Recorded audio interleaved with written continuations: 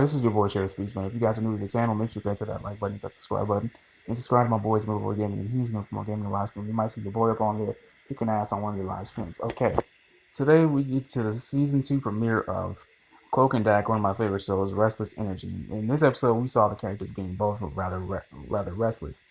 In particular, I'll say Tyrone, because Tyrone, as you know, went back to doing his usual vigilante stuff.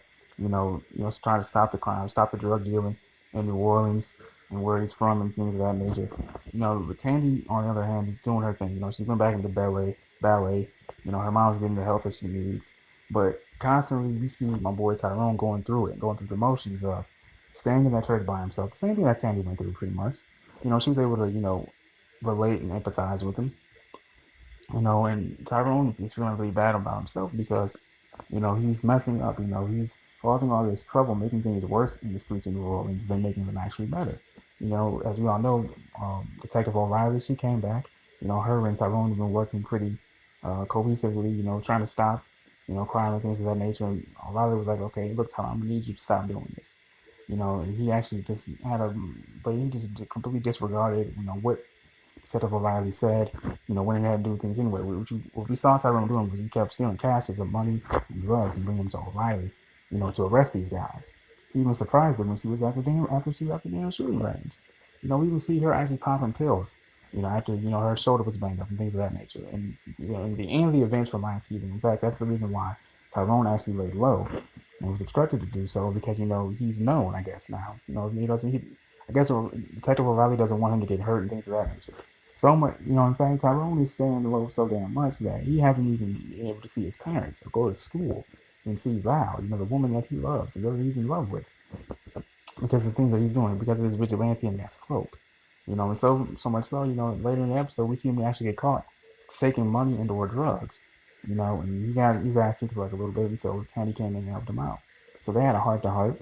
They went about, after O'Reilly, learned that he was actually having the two of the biggest gangs and distributors of the drugs and stuff were having to sit down at the club. They went, Tandy and Tyrone, they went, to try to make sure in surveillance, the sit down, things of that nature. We see Tyrone put a recorder in there, possibly just to catch, okay, what happened? Because when they went up in there, turns out it was a complete bloodbath, But luckily, on that recording, in the next episode, they actually get to see what all happens. In episode 2, White Lines, which I'll be doing next, along with this, so I'll be right back. And then also, we saw Tandy, just go through the motions pretty much. She helped a woman that was at the same recovery facility as her mother.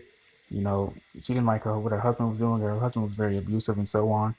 But, only come to find out the woman actually was terrified of how the house looked, She said people wrote on the walls, like, leave me alone, which was Tandy's work, because she thought that she was doing something good for the woman because her husband was being so abusive. And for a second, I thought the woman was actually pregnant. I think maybe she just might be.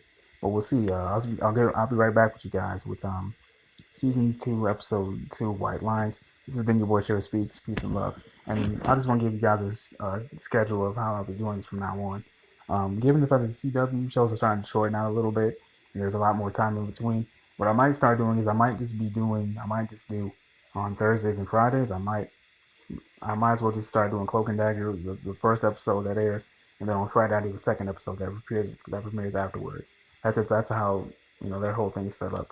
This has been your boy Cherry Speaks, man. Peace and love, though.